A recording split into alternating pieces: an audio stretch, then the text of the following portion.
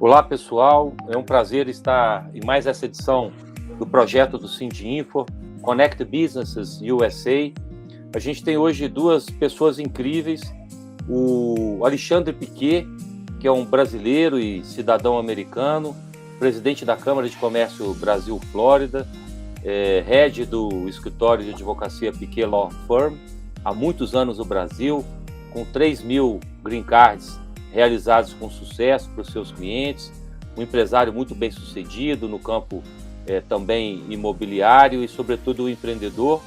E a gente tem o Felipe Matos, que também é uma referência histórica aqui do ecossistema de inovação e desenvolvimento de startups, um dos pioneiros na formulação de política pública de tecnologia e inovação, autor, dentre outras coisas, do livro 10.000 Startups, que é uma referência também de interação e conhece profundamente o ecossistema de empreendedores, essa engrenagem, essa movimentação, e hoje nos orgulha muito presidindo a Associação Brasileira de Startups, que tem um papel de protagonista fantástico em termos de defesa de marcos regulatórios, de abertura de mercado e de promoção do ecossistema, inclusive atingindo lugares onde o fomento não é tão grande, em regiões como o norte do Brasil, o centro-oeste, enfim, o nordeste, em lugares fantásticos onde o empreendedorismo tem crescido muito.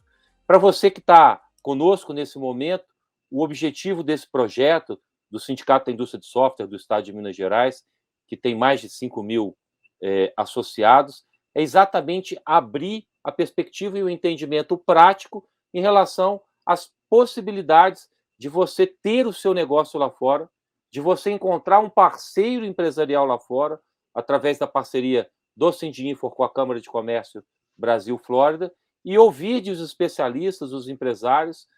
Felipe também é empreendedor, founder da Sirius, uma startup incrível aí no início da sua operação de educação tecnológica, um problema gravíssimo do Brasil, ausência de desenvolvedores, de quadros competentes para essa formação. E o Felipe também tem essa vivência na lida com empreendedores, uma vivência internacional, da perspectiva do que é conseguir recurso de um fundo do exterior, de que empreendedores brasileiros resolveram se mudar para os Estados Unidos, e começamos essa jornada com os Estados Unidos e depois vamos evoluir para outros países do mundo. Mas, nesse momento, a gente vai lidar com isso. Eu quero dar as boas-vindas, então, ao Alexandre e ao Felipe. Vou pedir que se apresentem para a gente começar esse bate-papo. Alexandre. Obrigado, Fábio. Prazer, Felipe. É um prazer incomensurável estar aqui com vocês. O Fábio esqueceu um pequeno, mas importante detalhe aí na narrativa dele. Nós somos amigos há mais de 35 anos. Estudamos juntos no Colégio Pitágoras. Fábio sempre foi um cara admirado, um orador incrível, aquele que a gente olhava e se espelhava nele. É um cara que sempre fez com determinação e com afinco tudo que colocou à mão.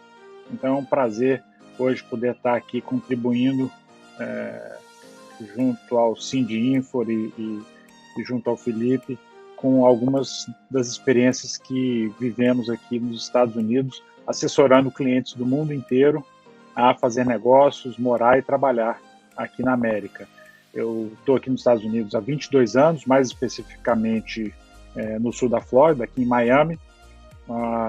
Me formei em Direito no Brasil, depois me formei em Direito aqui nos Estados Unidos novamente para poder fazer a prova da OAB e tirar a licença para praticar advocacia aqui.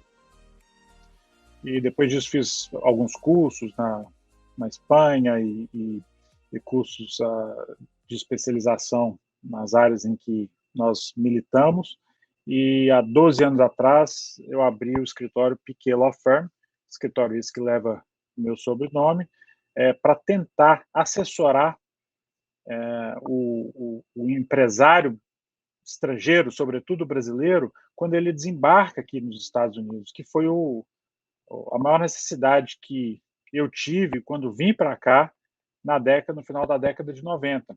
Algum escritório que pudesse aglutinar as principais áreas de necessidade básica da chegada do empresário estrangeiro, né, principalmente o brasileiro, aqui nos Estados Unidos, que são o direito imobiliário, o direito imigratório, o direito empresarial e o direito tributário. Né? Você quer, quando você chega, você quer saber como é que eu faço para estar legal aqui, onde que eu vou morar, quanto de imposto que eu vou pagar e qual é a melhor estrutura para eu fazer negócios nos Estados Unidos. Basicamente são essas 4 perguntas. Então a gente vem ajudando ao longo dos anos aí, nós já, como o Fábio citou alguns números, a gente já fez mais de 3.000 green cards, são residências permanentes, né? Já abrimos mais de 2.200 pessoas jurídicas aqui, registro de estrutura tanto doméstica quanto offshore. Já assessoramos 1,3 bilhão em transações imobiliárias aqui na nossa Title Company, né, funcionamos como agente de calção e agente de fechamento para transações imobiliárias, que é a praxe dos Estados Unidos. Você funciona como espécie de cartório / banco. Já fizemos mais de 180 palestras no Brasil, em roadshows que promovemos todos os anos pelas principais cidades do Brasil, do Oiapoque ao Chuí, que é um grande privilégio de poder conhecer o Brasil tão bem após ter saído do Brasil, né? Já estou quase metade da minha vida aqui fora, e após a vinda para os Estados Unidos é que eu fui realmente descobrir as belezas visitar os 4 cantos do Brasil. E nunca numa posição de Brasil ame ou deixe, ou vamos falar mal do Brasil para incentivar o êxodo ou a imigração para os Estados Unidos. Nada disso. O ideal é estar diversificado, é você ter o melhor dos 2 mundos. E é para isso que a gente está aqui, para orientar como ter o melhor do lado de cá, sem necessariamente pichar, criticar ou incentivar o abandono da nossa terra-pátria, que também tem as suas oportunidades, que é o Brasil. Com isso, acho que é um resumo longo da nossa jornada aqui nos Estados Unidos. Eu realmente fico feliz e lisonjeado de poder estar participando aqui junto ao Fábio Veras, não só na condição de advogado e de head da Piquet Law Firm, mas também na condição de presidente da Câmara de Comércio Brasil-Flórida, entidade que já existe há 40 anos, e eu tenho a honra de estar servindo como presidente esse ano para 2021, oxalá para 2022 também. Obrigado. Acho que a riqueza aí da sua apresentação, ela dispensa qualquer complemento e mostra o quão rico vai ser o nosso debate. Felipe, por favor. Tá certo. Bom, boa noite, né? Obrigado, Fábio, Alexandre, um prazer estar participando aqui dessa conversa. Fábio já contou um pouquinho da minha história, né? Eu sou empreendedor na área de tecnologia desde sempre. Comecei muito novinho, comecei a programar com 12 anos, fazer os primeiros sites aos 14. Aos 16 montei minha primeira empresa, que foi o primeiro aplicativo móvel da América Latina, lá em 99, 20 e alguns anos atrás. E aí, de lá para cá, não parei mais, né? Comecei a trabalhar com empreendedorismo, não só empreendendo negócio de tecnologia, mas apoiando outros empreendedores no seu processo, né, de construção de negócio em tecnologia. E aí fundei o Instituto Inovação, que foi um venture builder, que nasceu lá em 2002, a gente ajudava a construir empresas junto com pesquisadores e empreendedores da área técnica.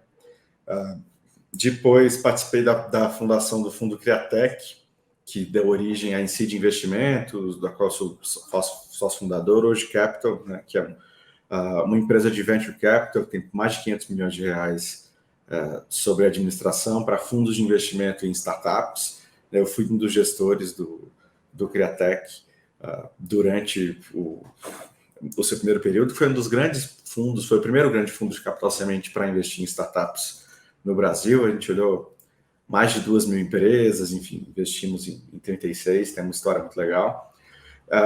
Daí, fundei a Startup Farm, que foi a primeira aceleradora de startups digitais no Brasil.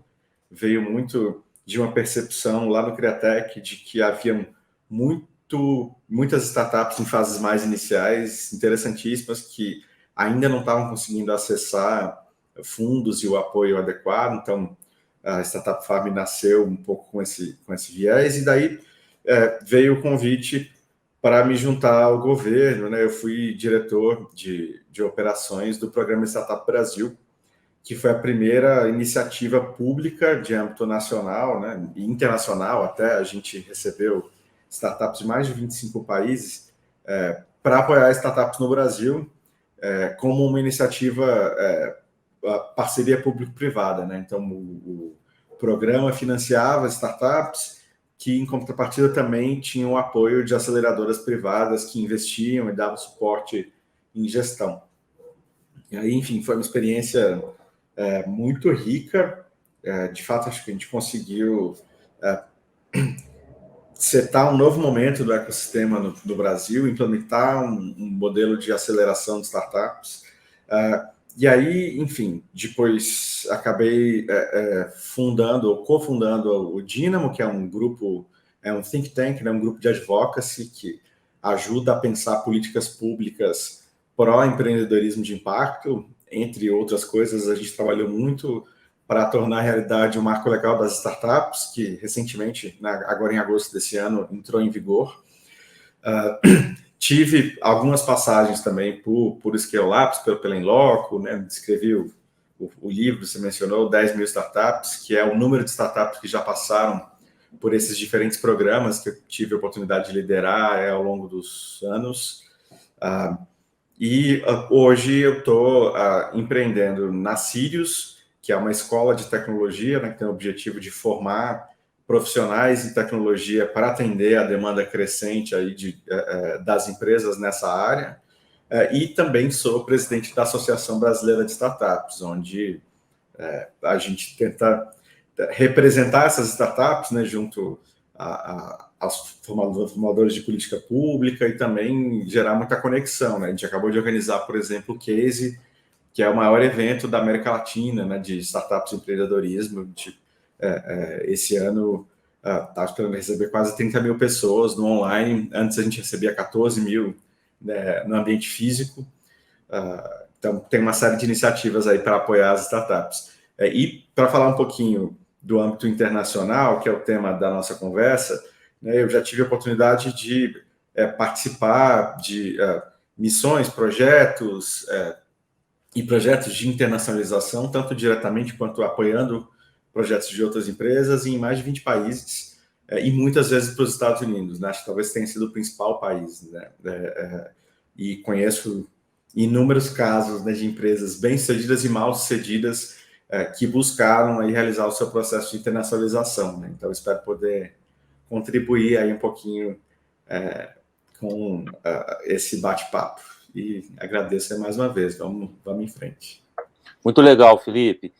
O que é bacana, né, Felipe, é que a gente é uma geração, a gente vai ficando velho, que pegou ali a década de 90 e os anos 2000, e alguns, como você, como Romero Rodrigues, foram pioneiros em construir um glossário que nem existia ainda, né? Você pegar um Buscapé, por exemplo, o Romero Rodrigues falava que ele tentou vender disquete para o comerciante rodar à noite, ele pegar de volta e alimentar um sistema e depois vender uma startup de sucesso por 250 milhões de dólares. Então, o que eu percebo, Felipe, e trazendo o Alexandre para essa conversa, você é testemunha disso, por ser pioneiro, foi um movimento de nicho que o Brasil não compreendeu. Ele começou muito apartado, extremamente segmentado. O que é startup? Se é um porquinho rosa de 4 orelhas, que você acha igual o Pokémon, se você procurar bem. E, lentamente, pessoas como você e outras figuras incríveis que compõem esse nosso ecossistema, o Yuri Gattari, o Rodrigo Cartacho e tantas pessoas incríveis no Brasil inteiro, do Rio Grande do Sul, enfim, começaram a mostrar o seguinte: não, startup é uma categoria que se desenvolve, tem um ambiente de cultura empreendedora, tem um ambiente de digitalização e uma série de características singulares. Mas por que a gente está falando disso aqui agora, de tecnologia, startups, inovação e Estados Unidos? Porque se você pegar o PIB dos Estados Unidos, as 10 maiores empresas, 9 são literalmente, desproporcionalmente, compõem uma parcela expressiva do PIB e são negócios escaláveis, calçados em tecnologia. E todo negócio hoje é um negócio que tem que ter tecnologia. Então, quando a gente quer trazer para o associado do Sindinfo essa perspectiva do que é a possibilidade de estar lá fora, eu quero endereçar uma pergunta para os dois, né? No primeiro momento, para o Alexandre, porque ele tem muito essa sensibilidade de receber pessoas de todos os níveis e perfis ali. Então, Alexandre, o que o empreendedor, quando busca você, fala, Alexandre, eu estou chegando, eu quero ir, ou ele ainda está no Brasil, quer ir, e ele fala assim, cara, o que eu preciso fazer? Eu tenho uma empresa aqui, eu quero. Quais são as principais barreiras de crenças limitantes ou de dificuldades que ele te traz e que você esclarece para levar para esse momento? E, na sequência, Felipe, eu queria que você comentasse o que você ouviu ali do Alexandre e também falasse assim, Fábio, eu conheço X casos ali de empreendedores que tomaram essa decisão, que largaram tudo no peito e na raça, venderam o carro e abriram um negócio lá. Talvez contar um caso, porque eu acho que o storytelling ele deixa a compreensão bem mais rica, né?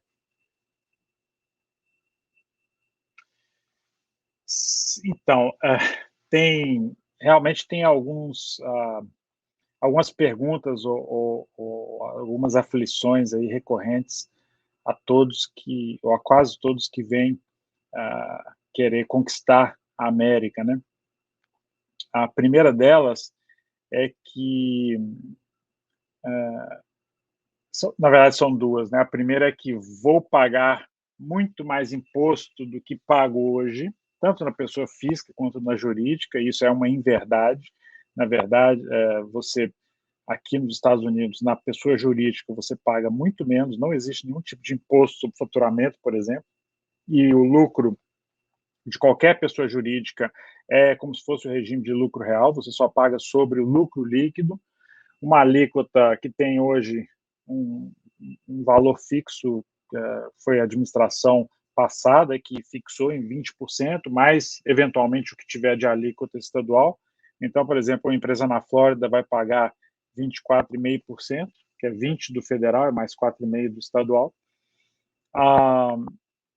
E não vai pagar nada sobre faturamento, ou seja, você tem aí uma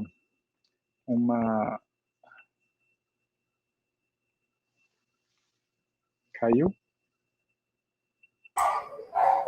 Oi, caiu? Voltei. Você tem uma economia tributária significativa para fazer negócio aqui nos Estados Unidos. E a segunda crença limitante, ou em verdade, que as pessoas chegam aqui com isso na cabeça, é que, além de pagar mais impostos por aquela operação, que ter uma empresa nos Estados Unidos é algo tão complicado ou mais complicado que ter essa mesma operação no Brasil ou no seu país de origem, né? A gente tem clientes do mundo inteiro, na Europa, na América Latina, mas as pessoas desconhecem e ficam surpresas. Às vezes eu digo o seguinte aqui no escritório, gente, quando você estiver explicando como é que funciona o sistema, por exemplo, para formação e registro de uma pessoa jurídica, fale pausadamente, porque se você contar a história toda num ritmo de diálogo normal, você vai contar tudo em 3 minutos, desvaloriza o nosso trabalho, inclusive, porque parece que é algo ficou faltando. O cliente ele pensa assim, está faltando alguma informação, você está me falando tudo, você já quer ficar livre de mim rápido, é isso? Porque é muito simples. É óbvio que é simples para nós que fazemos isso todo dia, o dia inteiro, né? Você tem que ter anos de prática para saber onde dar a martelada, mas uma vez que a gente sabe onde dar a martelada, você conversa com o cliente em 5 minutos, você identifica qual é a melhor estrutura, onde ele precisa registrar, qual que é o procedimento, meia dúzia de documentos e amanhã está pronto. Muito empresário quer escutar e ele quer marcar uma segunda reunião e ele não se dá por satisfeito porque parece simples demais. Então, quando você joga aquela realidade na primeira reunião que a carga tributária vai ser bem menor do que de outros países, comparado com o Brasil, então, nem se fala. E a facilidade para se ter uma PJ operacional e a velocidade disso, também comparado com outros países, sobretudo o Brasil, ela é infinitamente melhor. O cliente ele tem um impacto, a princípio, que independente do ramo de negócio dele, independente do qual é a proposta, independente do caixa que ele está chegando aqui, de repente está chegando aqui com muito investimento ou com pouco investimento, na grande maioria das vezes existe um choque. Ali mesmo é uma quebra de paradigmas, né? Das tais crenças limitantes que existe muito. Aí você vem, aí tem aquelas lendas urbanas menores, né? Eu fiquei sabendo que abrir empresa em Delaware é melhor do que abrir na Flórida. Aí a gente explica por que não é assim. Eu fiquei sabendo que se eu abrir offshore, eu vou estar na lista negra da Receita. Também não é assim. A gente explica o que é DCBE, Declaração de Capitais e Bens no Exterior, que você só precisa declarar isso se tiver mais de $1 milhão de ativos no exterior. Abaixo disso você não precisa nem declarar. A gente explica que Delaware tem uma jurisprudência antiga e mais solidificada, mas que estados como a Flórida já codificaram essa jurisprudência, então praticamente é cópia, não precisa estar em Delaware para fazer negócio em um estado só. Existem algumas pequenas outras barreiras que a gente chama, que a gente vai desmistificando à medida que a gente vai conversando. Mas as duas principais, acredito que são essas aí. A ideia, né, de que vai pagar mais imposto e que para colocar uma operação de pé aqui vai ser muito complicado. Quando a gente fala, olha, está demorando um pouco por conta do Covid, então o Estado está levando aí cerca de uma semana para registrar a estrutura.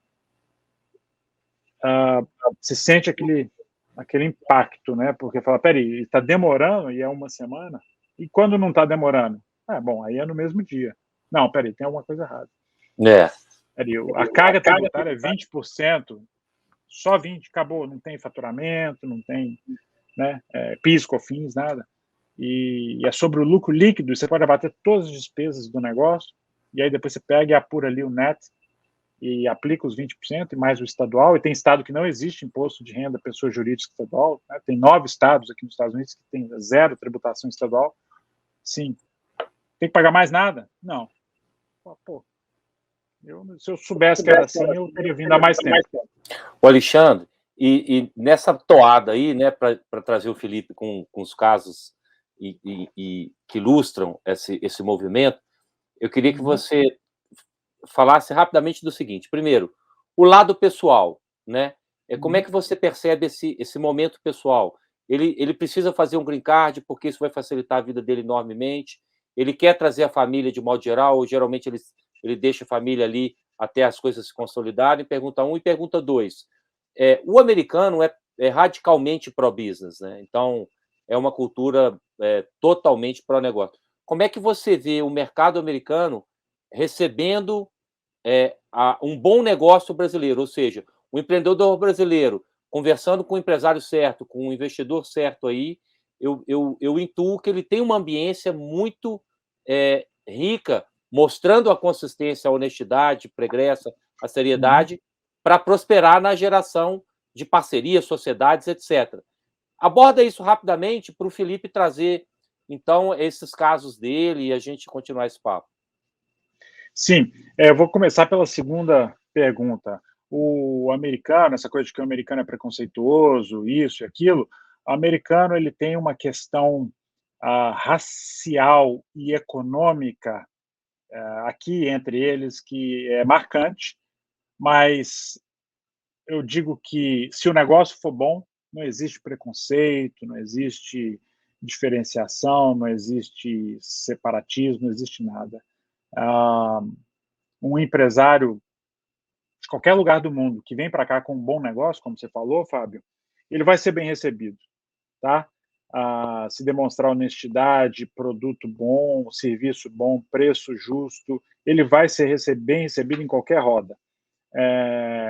Ninguém está falando que ele vai virar o melhor amigo dos clientes ou fornecedores dele para ir comer churrasco no final de semana, até mesmo porque o brasileiro vai querer fazer churrasco de um jeito, o americano vai querer fazer churrasco do outro, aí tem a coisa cultural, regionalidades, onde ele vai estar nos Estados Unidos, mas para sentar na mesa de negócio, o americano ele senta com qualquer um desde que tenha essas premissas básicas, tá?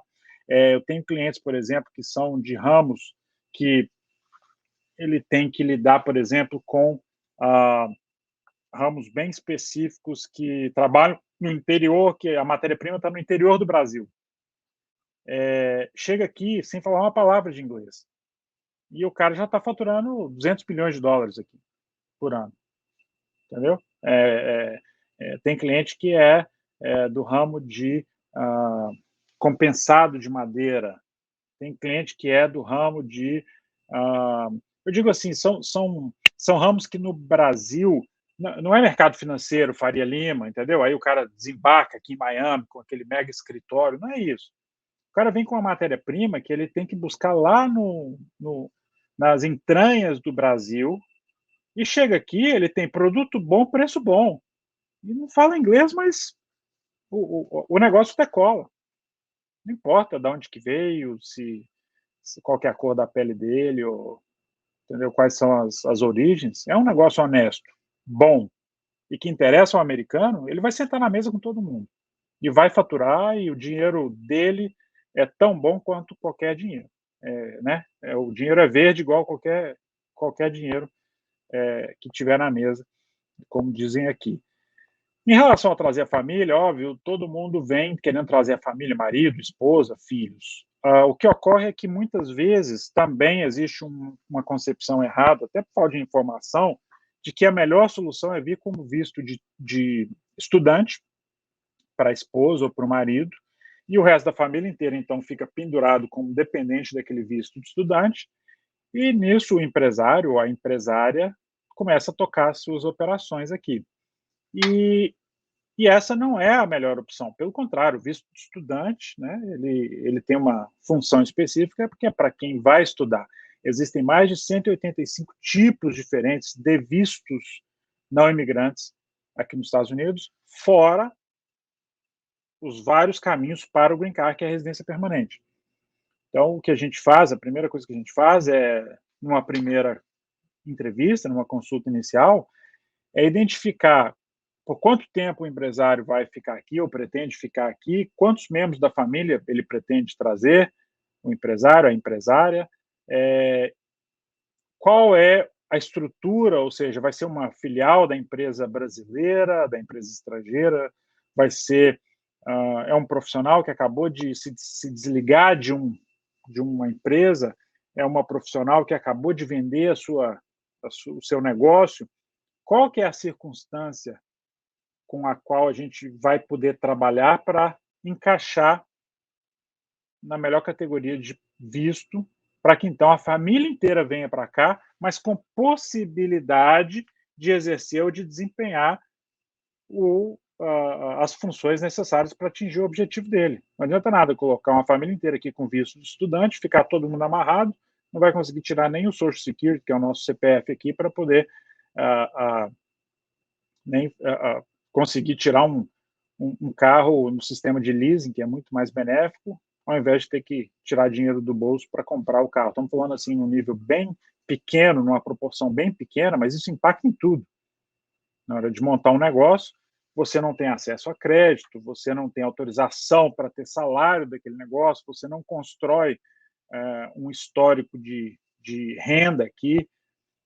Existem N implicações e, obviamente, juntamente com esse estudo imigratório, a gente também faz o planejamento tributário pré-imigração, para minimizar o impacto tributário dessa vinda do estrangeiro para cá, principalmente do brasileiro. Perfeito, Alexandre. Bom, e outra coisa, né, Felipe? É inegável a gente reconhecer nesse momento que, com o dólar na proporção que ele está, o câmbio que você fazendo receita lá, o que isso representa em termos de ganho em relação ao real, e num ambiente político conturbado, num ano que vem um cenário eleitoral de extremo conflito, desgostoso, desgastante, muitas pessoas têm pensado, sim, em ter uma qualidade de vida ou de buscar expandir o seu negócio, que de outra maneira talvez não pensassem, né, Felipe? Mas eu acho que você tem essa vivência de pessoas incríveis que tomaram essa atitude.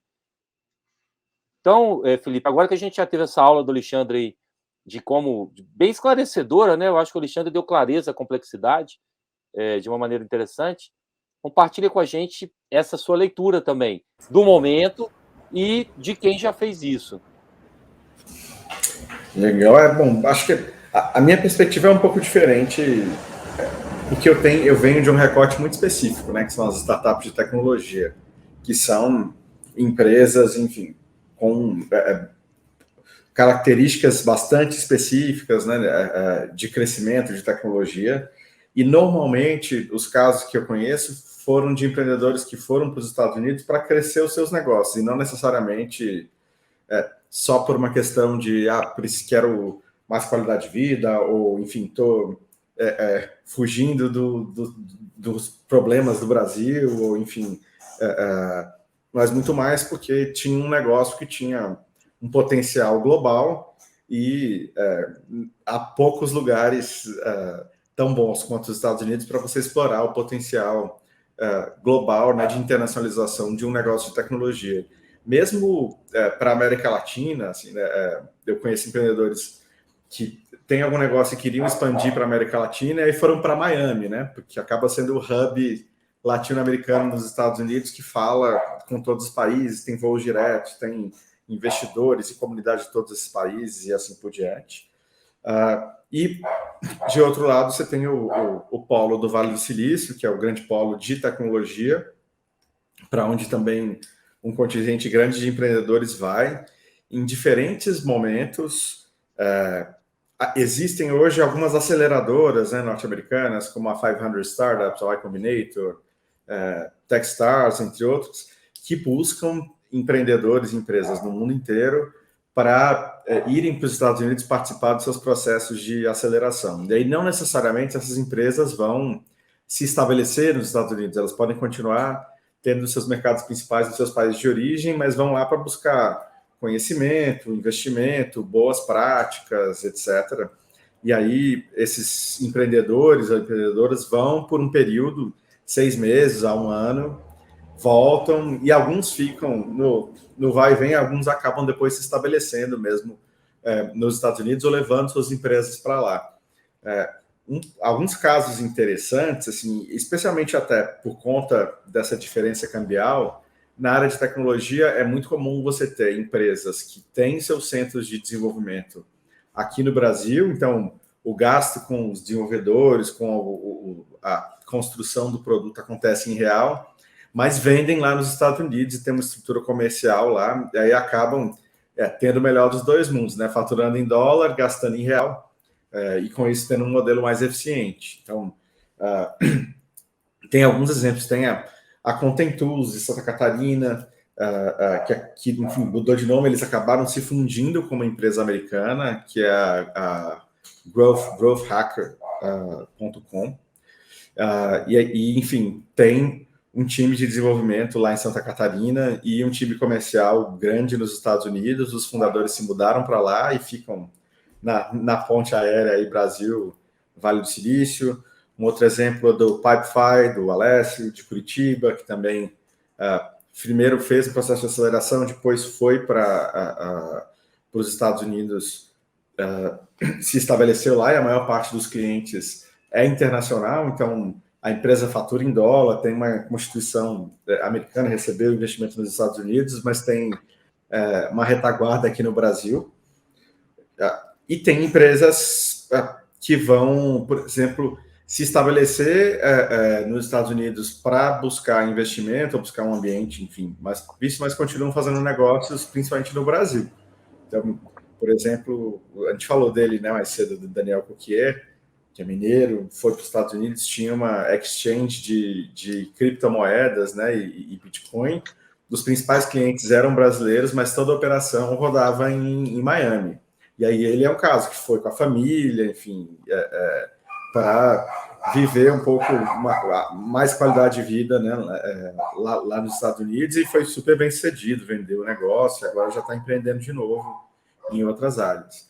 Então, acho que a gente tem aí diferentes casos, mas os casos que eu mais acompanhei são de empreendedores que foram para os Estados Unidos buscando ou internacionalizar o negócio, né, buscando mercados globais, ou buscando investimento e boas práticas internacionais e para levar isso de volta para o Brasil. Perfeito, Felipe. Felipe, e como é que você vê assim esse problema do grande tamanho do nosso mercado, né? Que é o contraponto de Israel. Por não ter mercado, já tem que nascer global, aquela história velha que a gente conhece. E o Brasil tem um grande mercado, mas que limita essa ambição do empreendedor na perspectiva de ser global. Como é que você olha isso, Felipe? Eu falo, o tamanho do mercado brasileiro é uma bênção e uma maldição, né? Ao mesmo tempo. Então, é um pouco o que você falou, é uma bênção porque é grande, então é possível construir negócios grandes ou relativamente grandes no Brasil, olhando só para o mercado interno, mas é uma adição porque por causa disso a gente gasta muito tempo, né? Nasce pensando em resolver o nosso problema aqui apenas, e não enxerga, às vezes, oportunidades de crescer globalmente, que de fato poderiam ter sido aproveitadas, não foram, e a gente acaba criando grandes empresas para o Brasil, mas não necessariamente as grandes do mundo, né? E geralmente o que acontece é que as grandes empresas do mundo nesse setor surgiram nos Estados Unidos, na Europa, crescem, depois vêm aqui e compram a empresa brasileira desse empreendedor. E eu acho que seria muito bom que a gente começasse a ver casos diferentes, né, onde a empresa brasileira já começa global no dia 1 e é a nossa empresa que compra as empresas lá, né? Como, aliás, aconteceu recentemente com a Hotmart, né, que é um unicórnio mineiro aqui brasileiro, está em vários países do mundo, acho que em 9 países, se eu não me engano, e tem comprado empresas estrangeiras para ganhar mercado. É um movimento pouco comum, mas que a gente agora já começa a ver acontecendo também a partir das empresas brasileiras. A Pipefy também é um bom exemplo de uma empresa que já nasceu global, nasceu de Curitiba, mas com soluções em inglês, desde o começo atendendo clientes do mundo inteiro. E esse caminho ainda é incomum, mas eu acho que ele começa a acontecer cada vez mais, e é importante que aconteça, né? Que a gente enxergue um pouco desse potencial. Principalmente pela perspectiva de um grande número de unicórnios estarem se formando no Brasil, e o capital está irrigando esse movimento para que esse movimento inverso, enfim, possa acontecer. E a gente tem... E o mundo está menor também, né? Com a pandemia, inclusive, a gente está, enfim, muito mais conectado com o resto do mundo e tem muito mais acesso aos recursos, tanto financeiros quanto toda sorte de recursos para empreender de qualquer lugar, né? Então, e até escolher, quero ir para os Estados Unidos e estar lá com a minha família, ou para outro lugar, mas eu consigo tocar um negócio global que pode ter recursos em diferentes partes do mundo sendo gerenciados e trabalhando em conjunto, né, para a solução funcionar. Eu tenho visto cada vez mais negócios funcionando desse jeito, tanto no Brasil com os Estados Unidos, como também de brasileiros na Europa também. Felipe, e a gente tem no mundo da tecnologia situações muito singulares, né? Por exemplo, a Avenue Code é uma associada muito relevante do Sindinfo. Os seus fundadores na Califórnia tentaram fazer toda a linha de programação com a Índia, tiveram um problema com o fuso horário e resolveram vir para o Brasil, conhecer um cara da PUC de BH, lá em São Francisco, e resolveram vir no peito e na raça para Belo Horizonte para contratar desenvolvedores. Botaram um banquinho no barzinho, foi o primeiro lugar das entrevistas. A Avenue Code hoje tem 400 funcionários no Brasil, boa parte deles em Belo Horizonte, outra parte em São Paulo. Então, é o que você está falando de coisas que o mundo da tecnologia já está gerando essa conectividade, e agora, com o fim da pandemia, se Deus quiser, a gente vai dar um boom aí nessa evolução. Mas você trouxe, Felipe, inadvertidamente, a questão que eu quero trazer agora, explorar o Piquet e você, que é a questão do investimento, dos investidores, né? A gente tem várias camadas ali do investimento anjo. O investimento anjo no Brasil tem um número diferente do investimento anjo nos Estados Unidos, depois as séries ali A, B, C e IPO. Então, finalmente, a gente começou a trazer essa narrativa para cá e nunca antes a possibilidade de um bom projeto conseguir recurso foi tão aberta como agora, né? É assim eu enxergo, Felipe, porque você está nesse mundo também. Então, eu queria te ouvir o seguinte, como é que está essa perspectiva? Por exemplo, tem o Edson Mackenzie, que é amigo nosso, que está representando um fundo ali de Miami, aqui no Brasil. Os fundos estão de olho nas startups early stage ou scale-ups ainda no início da operação, e esse movimento está acontecendo muito intensamente. Então, eu queria te ouvir como é que você percebe esse movimento, depois ouvir do Alexandre essa perspectiva de pegar o dinheiro do norte-americano para um projeto no Brasil ou para um projeto no Brasil e nos Estados Unidos. Legal. Enfim, acho que para o pessoal entender, quando a gente pensa em startups, de modo geral, a gente está falando de negócios geralmente inovadores, ou seja, nunca foram feitos antes, até por isso que eles têm um risco alto, né, muitas vezes dá errado, baseados em tecnologia com alto potencial de escalabilidade, né? Quando dá certo, pode crescer muito rápido e ficar muito grande. E para funcionar esse negócio, ou tradicionalmente nesse mercado, a principal fonte de financiamento das startups é o chamado venture capital, né? O capital de risco, que vem de investidores que basicamente trocam capital por ações dessas empresas, esperando que elas vão se valorizar no futuro e valer muito mais do que eles investiram. E aí a gente vai de uma escala que começa nos investidores anjos, que são ali pessoas físicas que aportam pequenas quantidades de capital nas fases mais iniciais, e vai chegando para os fundos de investimento, que entram desde as etapas, né, que a gente chama do early stage, né, o seed, a etapa de capital semente, até as séries de investimento, A, B, C, D, e por aí vai. E muitas vezes a jornada final, ali do ponto de vista de retorno do investimento, acontece no IPO, que é a Initial Public Offer, né? Quando a empresa abre capital na Bolsa de Valores, ou quando ela é adquirida por uma outra empresa, e aí os investidores recebem de volta, né, o retorno sobre as suas ações. No Brasil, esse mercado de venture capital vem crescendo bastante ao longo dos anos, e principalmente nos últimos anos, a gente teve um boom.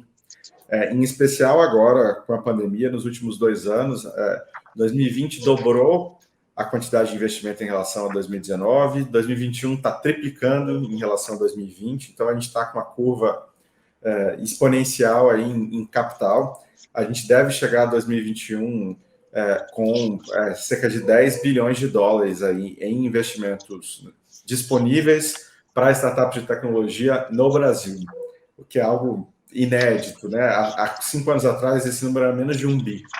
Então, a gente cresceu 10 vezes em 5 anos, basicamente. O que é muito bom, significa que a gente nunca teve tanto capital disponível, traz uma série de outros desafios. O fato desse capital estar disponível não significa que ele está disponível de forma simples ou bem distribuída. Então, normalmente, a gente tem visto grandes rodadas de investimento em poucas empresas em etapas mais maduras, né? Então, vem o Nubank, capta sozinho 800 milhões de dólares. Então, é diferente, né, de pensar que eu tenho uma startup pequenininha e estou buscando investimento anjo. Esse investimento não cresceu na mesma proporção. Mas a gente tem visto, primeiro, um ingresso muito grande de investimento, inclusive estrangeiro, no Brasil nessa área, até por conta do câmbio, né, nesse momento. Apesar da crise, da instabilidade política, essa é uma área de longo prazo e de um crescimento muito, muito sólido, eu diria. Então, a gente tem atraído cada vez mais capital estrangeiro. O que é muito bom. Até 2, 3 anos atrás, se você quisesse levantar investimento a partir de 20 milhões de reais, assim, era muito difícil ter fundos no Brasil que pudessem colocar essa quantidade de capital. Então, o empreendedor, invariavelmente, tinha que pegar um avião e ir para o Vale do Silício, ou para a Europa, eventualmente Nova York, Miami, para levantar. Hoje, nos Estados Unidos, a gente viu um crescimento muito grande de Miami nos últimos 4 anos, especialmente nos últimos 2, teve um boom aí como hub, e com um olhar também grande para a América Latina, então virou uma das mecas aí para captação e desenvolvimento de negócios nos Estados Unidos e para captação de investimento. E, enfim, tem Vale do Silício, que sempre foi uma grande referência, e Nova York como capital financeira do mundo, né, e dos Estados Unidos, que tem ali os grandes fundos, principalmente os fundos que a gente chama pós-série A, B, C, né, são aqueles os funds of funds, os grandes fundos e os bankers, né, que vão principalmente atuar nos processos de IPO.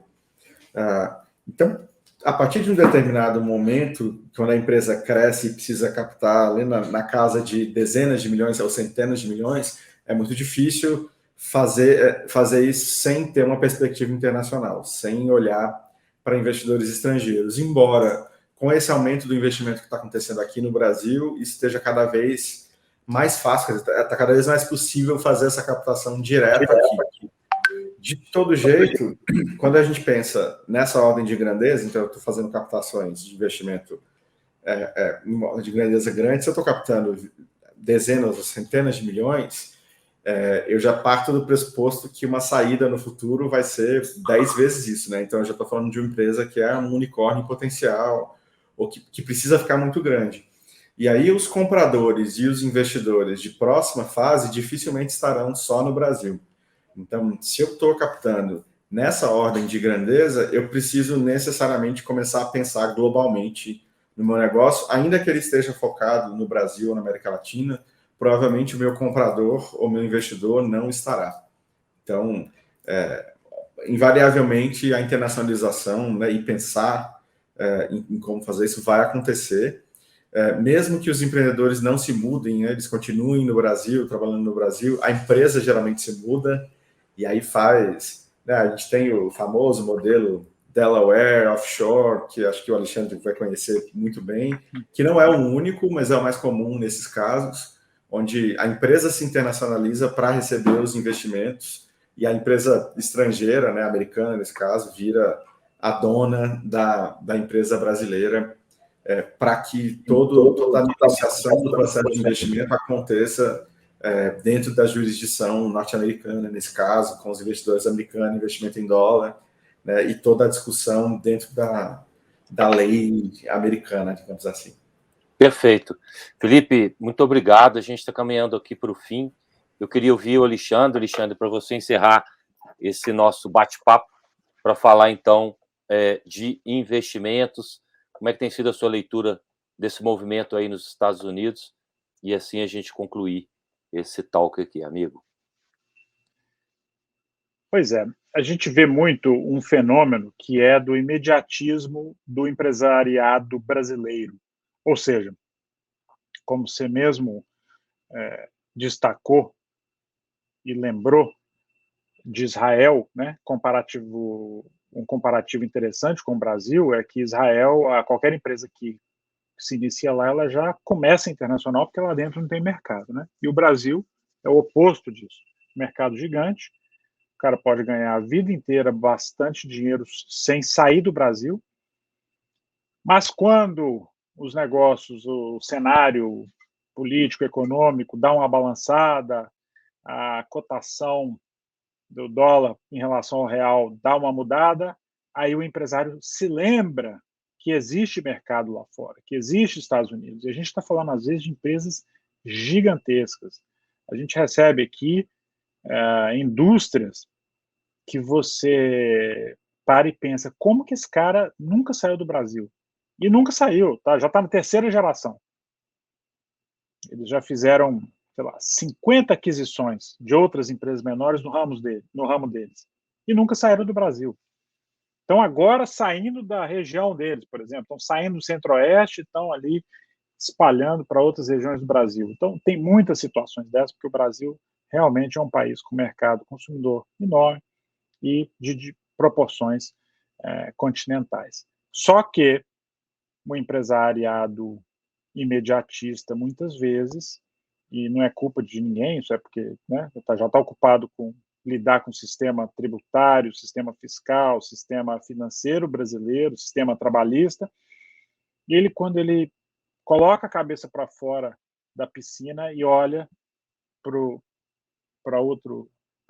a piscina do lado, ele vê uma piscina gigante, que é os Estados Unidos, e ele nos procura.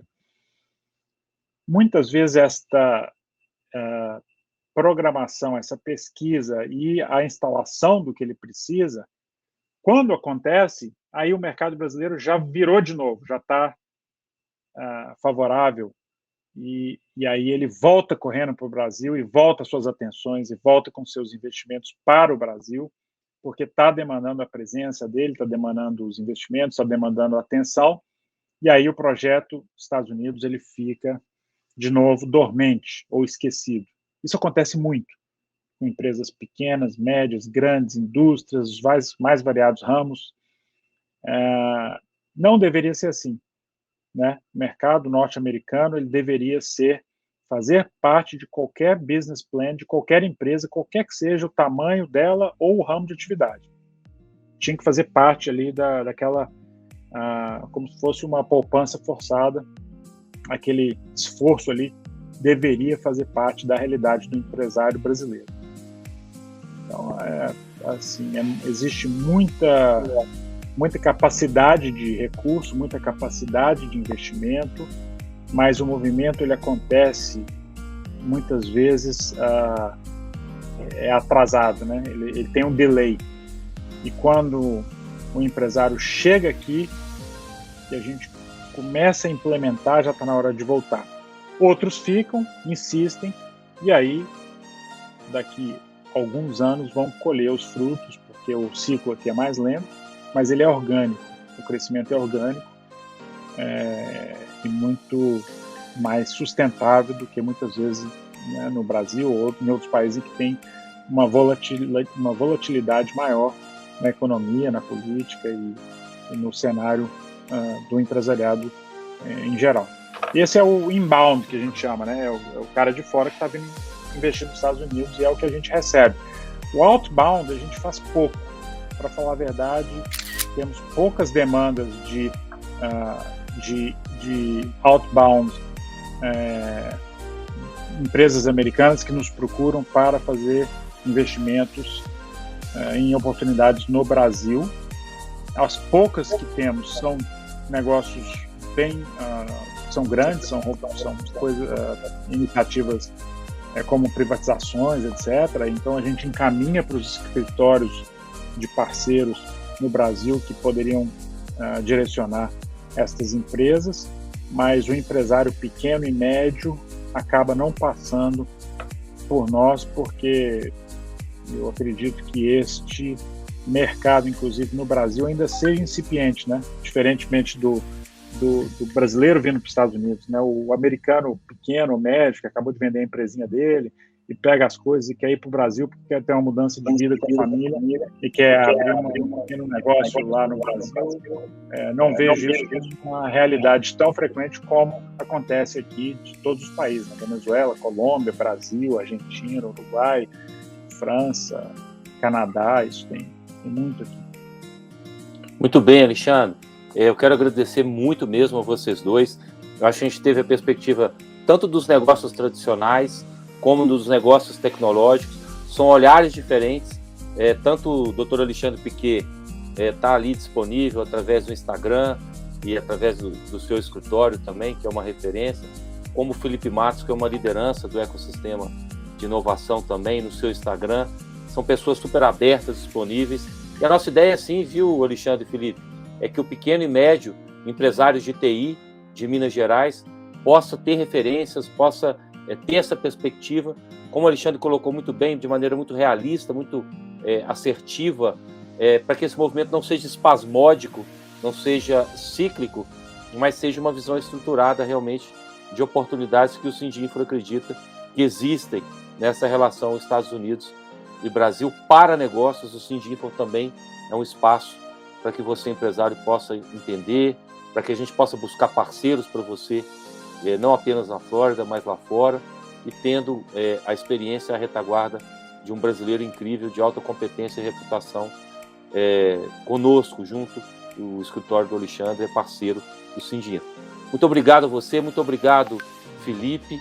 Eu peço que voltemos aqui os três à tela para que a gente possa fazer um print final e agradecer, e até o próximo episódio desse programa Connect Business USA. Um obrigado e um abraço a todos. Obrigado, Fábio. Um abraço. Obrigado, Fábio. Prazer estar aqui, sempre à disposição. Com certeza você tem acesso livre aqui, portas abertas. Prazerão, Alexandre. Bem-vindo. Valeu, Felipe. Prazer foi meu, cara.